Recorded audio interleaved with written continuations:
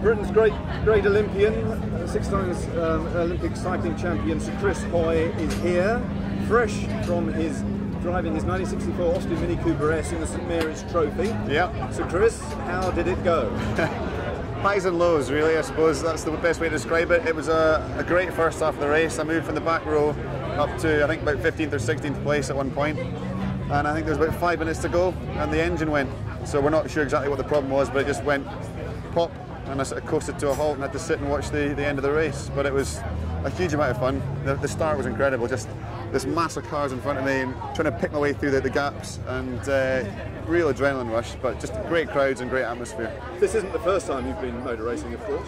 No, I've raced this car once before. Again, I had a problem, the radiator split there, but I got a few laps in at Oulton Park.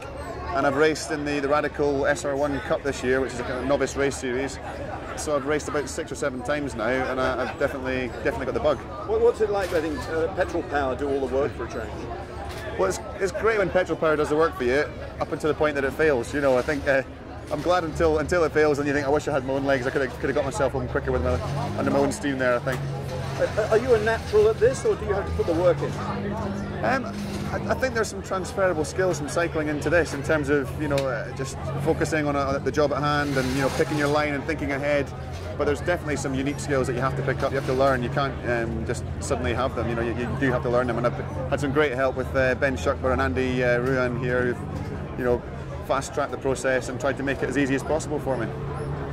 Talking about the start, it was a big field and they were all going for it into the first corner. Did you have any scary moments? Do you know what, I don't remember much about the start. I just remember seeing a car going off to the left and hitting the bank on the left, and just seeing this mass of cars and thinking, right, all the brake lights came on. I thought, well, I can brake a bit later than these guys, so I kind of just picked a few gaps really, and before I knew it, I popped out and I'd gained a few places. Why a Mini? Well, basically I got a phone call from Sir Jackie Stewart, and he said, would you be interested in driving at Goodwood, because I've got a friend who's got a Mini and he would love to drive with you. And I didn't need to ask him twice, and basically I think they're a great fun. You know, I think for a driver of my level of ability, it's a great introduction to it. They're not too intimidating, they move around a lot, so you get that kind of fun when you're sliding the car around. And I don't know, they're just iconic, aren't they? It's a classic British car, so it's and actually they're quite roomy inside. Did you want to be a racing driver when you were young? I think all kids, all boys want to be a racing driver, don't they, when they're young? Cycling has always been my passion, it still is. But motor racing, I've always followed it. I love it, and you know, my heroes, guys like Colin McRae, you know, followed his rallying career, and I think it's just an amazing experience to line up on the grid, all the other cars, the flag drops, the lights go out, and you're off, and it's it's definitely a boyhood dream. What plans have you got for more racing in the future? Do you know, I don't have any concrete plans in terms of what I'm going to do in the future. I'd like to keep going. I'd like to try and just learn more, become a better driver, just experience motorsport in different ways. I'd love to try a bit of rallying. I'd love to try perhaps you know, more historic racing, because it's just such a unique atmosphere. I think the people here are just great, and to come here in my first year of motorsport and get this opportunity, it really is very special indeed. What would be your gold medal moment in car racing? That's the one race you would most like to do. The one race I'd most like to win. Most like to win. Do you know what? I think to win Le Mans, I think because it's not necessarily an achievable dream, because it's, you know, it's way on the horizon, but it's the kind of thing that with the right car, with the right team, with the right co-drivers, you see people who come into the sport later on in their lives and potentially could get to that level.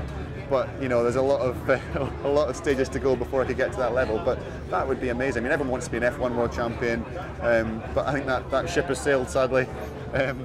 So Le Mans would be amazing. You know, to drive in Le Mans, that would be probably my ultimate dream.